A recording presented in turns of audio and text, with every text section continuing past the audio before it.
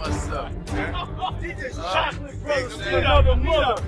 Hey yo, this brother that's giving so much love in every record. You know what I'm saying? And we done had lunch. Yeah. We spent 3 That was years dinner. together. That was dinner for lunch. Hey, yo, check this out. This shit night, yo. Living plateau, he likes women, so he would have to be nice. I've heard Sean call his exact message from people who used to work in his company.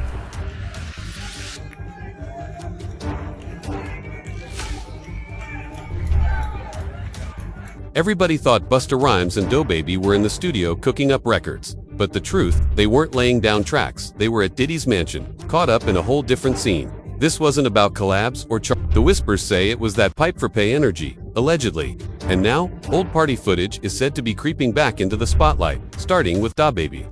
The timing couldn't be worse, because for years, quiet chatter has floated around the industry about him being DL, with fans pointing out moments that didn't quite add up. Suddenly, those old suspicions are being replayed with fresh eyes. What's fueling the fire even more are the receipts people claim are resurfacing. Word on the curb is DaBaby might have cashed in more than just bars to climb the ladder, and that his ties to Diddy weren't just business. Back in 2020, he even bragged about being at one of Diddy's ultra-exclusive parties with Beyoncé and Jay-Z, flexing that Puff had a special interest in him. At the time, it looked like typical rap bravado, but now, fans are pulling those words apart, saying he accidentally exposed more than he meant to. The narrative being built online. Those special invites weren't about music, they were about initiation into Diddy's darker side. I was at a party at Diddy Crib in LA. This was the beginning of 2020. You know what I mean? And, he had put everybody else out the crib, like the influx of people he had put them out. But he had took a liking to me in particular around the time, man. It was really. After that first invite, the word is DaBaby got another secret call to one of Diddy's private parties. And from there, he turned into a regular face at those after-hours gatherings. People now say that could explain a lot about why his career started to spiral. If you were paying attention during that stretch, the downfall was happening in plain sight. The peak example, that infamous Tampa Bay show where DaBaby snapped and swung on a female fan just for allegedly shining her phone. Light in his face as he made his way to the stage.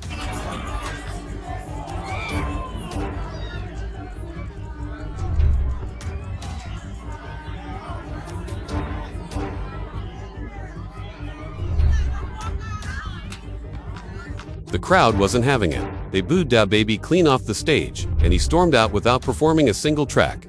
Later, he tried patching it up with an apology, but then made it worse by saying he would have reacted the exact same way. If it had been a male fan, he could have just left it at sorry. But Nahi had to double down. That's when people really started side-eyeing his whole vibe, because instead of owning the mistake, he kept fueling the fire. And every move started looking less like confidence and more like a man unraveling under pressure. Sincerely apologize. I do. I'm very sorry that there was a female on the other end of that flashlight on that phone. But you know, keep in mind, I couldn't see you. Because you got the flash this close to me, which is okay, it's no problem. But a lot of people did. They didn't put it as close as you put it. Just so, instead of popping in on the phone. So I do apologize for being on the other end. But man, I think by this time, you know, it's a well-known fact that, like, male or female responded the same exact way. Fans didn't believe his apology at all, calling it nothing more than damage control. And honestly, this wasn't even DaBaby's first time acting out like that. Earlier, one of his own security guards had knocked out a female fan just for getting too close to him. And back then, neither DaBaby nor his team showed any regret or offered an apology. People in the streets didn't forget that moment. It showed a clear pattern. DaBaby wasn't just making random mistakes. He was building a record of reckless behavior. Every incident chipped away at the superstar image he was trying so hard to protect.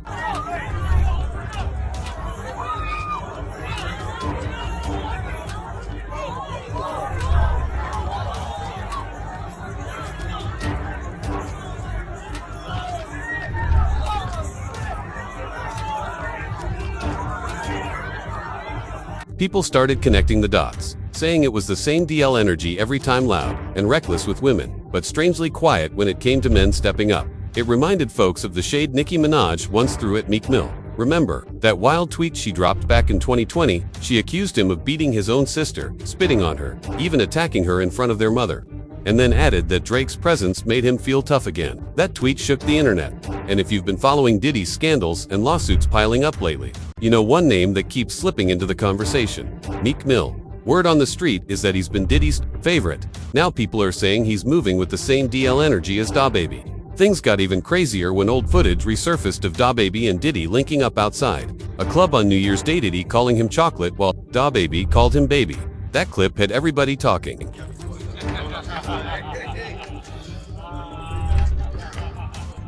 What's up? Let me gather myself. He just chocolate brothers from another mother.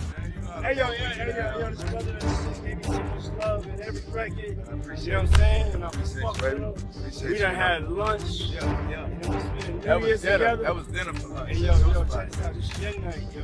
You the hottest nigga. You know what I'm saying? And we gonna go and have a good time. Everybody give him a round of applause. Round of applause.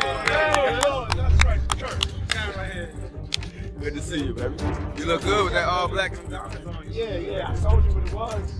Yeah, I told you. People kept saying it was giving straight up DL vibes, and honestly, the signs just kept piling up. Look at his collab with Tory Lanez, right after Tory caught that felony charge for the Megan Thee Stallion shooting. The wild part: just a year before, DaBaby and Megan had dropped their smash hit, Cry Baby. Then he flipped the script and dissed her in his 2023 track, Boogeyman, bragging about smashing her and even mocking her over the Tory situation. That move had fans giving him the ultimate side eye, and then came the infamous Rolling Loud performance where DaBaby went on a full rant with those homophobic comments on stage. The internet wasted no time calling it out as classic internal homophobia. The backlash: brutal. Festivals dropped him, brands distanced themselves, and the streets couldn't help but say the mask was slipping.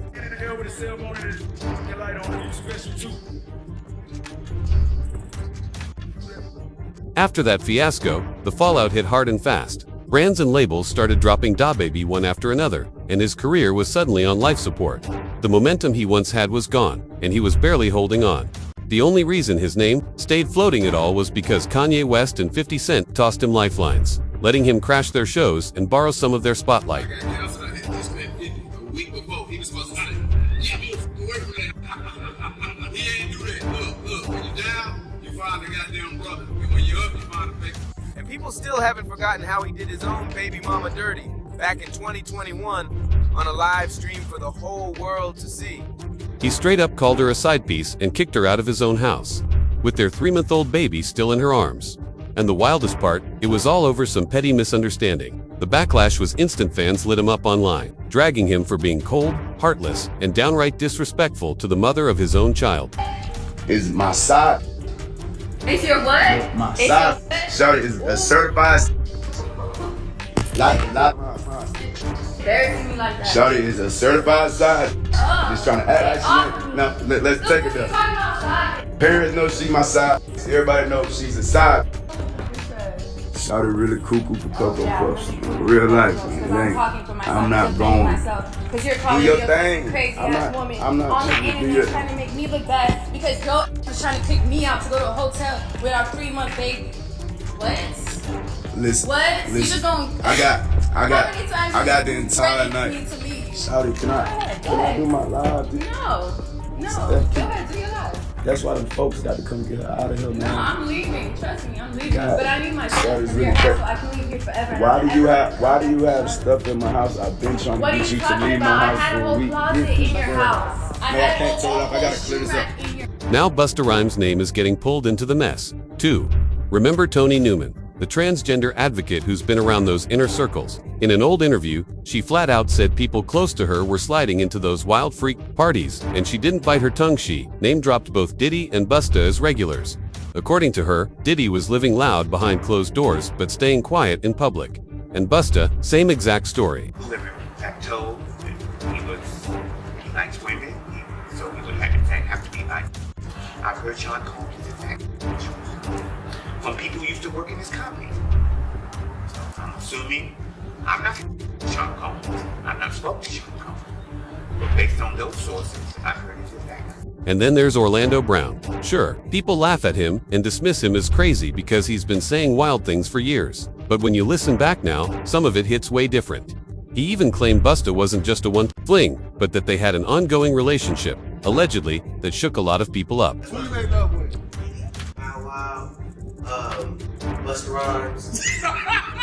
You just saw me see Busta in the Back then, everyone just wrote it off as another Orlando Brown breakdown. But now, it's starting to sound like he might have been telling the truth. Especially with Big Homie, one of Diddy's former bodyguards, backing it up with the same kind of stories. He said those private parties were wild, twisted in ways most people couldn't even imagine. Nah, bro, it's I walked in on a guy in like a mascot outfit with another person in a mascot like outfit, like dry humping in the floor.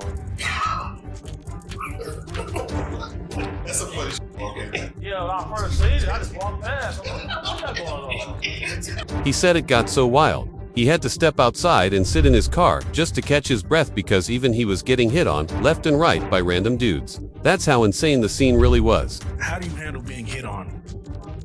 Yeah, so that's another reason why I go to the car, because you can't be that guy at the gay party getting mad at the gay dude hitting on you. You at they function. So now you gonna be homophobic in here? You the jerk right now. You the clown. You at they getting mad. They trying to see what's. Now people are really trying to piece together what went down at these so-called Diddy freak-off parties. Because this wasn't your average Hollywood after-party with champagne, flutes, and fake smiles. This was something darker chaos, fully scripted, with industry power players pulling strings from behind the curtain. And here's the kicker. All roads lead back to the shade 50 Cent's been throwing for years. Those slick, fruity jokes he cracked about Diddy. They weren't just clown moves for clout. He was trolling out loud, but talking in code. The whole time dropping clues the industry wasn't ready to decode until now. You know what he's saying is like fruity. You know what I'm saying? Like, he says something fabulous and he goes, but me and you, we ain't party. Like, we need to party. What is he talking about? That's the kind of stuff. When people say that to me, I get a little uncomfortable. That's why I'm going to the puffy parties. You can hug you from the front and the back at the same time. Now it's starting to look like those punchlines weren't jokes at all, they were sneaky little receipts. Dropped in plain sight, and here's where it gets darker. Tony Newman didn't describe casual kickbacks. She called them calculated, high-level events, where guests had to sign NDAs before even touching a drink. And that's got everybody asking, why does a grown man need legal paperwork just to party? That's not protect my privacy energy. That's cover the crime scene before it even happens, vibes, allegedly. And now, old Busta Rhymes. Clips are back in rotation like that awkward footage of him hugging Diddy from behind. Exactly the kind of moment 50's been clowning about for years, insisting it was always Diddy's true vibe.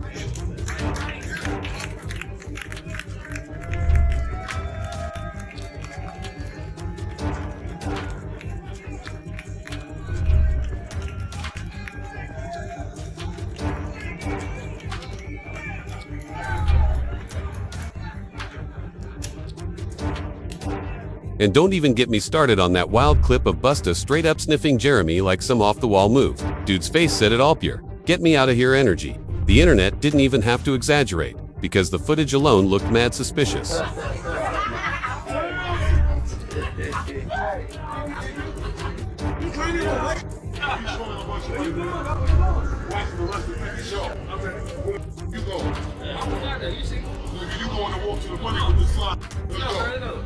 Now, the internet's pulling receipts on Busta's whole track record his homophobic blow-ups, the slurs, storming out of interviews the second someone mentioned the gay rumors, people calling it classic DL defense, and suddenly, the puzzle pieces start snapping into place. Same names, same faces, same freaky behind closed doors behavior the public never gets to see.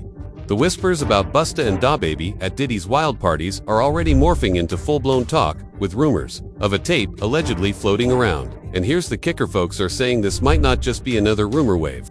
With all the noise about hidden tapes in Hollywood, if even one of those ever leaks, it could flip the entire industry upside down overnight. You're saying that there's tapes and they're being shopped? Yes, there have been people already shopping. I've heard about the tapes, but Yes. the shopping thing is... Yes, there already have been tapes leaking around Hollywood, being shopped around to individuals in Hollywood. But one particular person contacted me. One user even wrote, "The way Busta hugged Diddy, he's the one doing the bending." So now the real question is, are we just caught up in wild gossip? Or are these rappers really living a whole different life off camera that the public never sees? Drop your thoughts in the comments. I want to hear what y'all think about this one. And hey, don't forget to smash that like button, hit subscribe, and share this with your people so they can tap into the convo too. Until next time, stay locked in.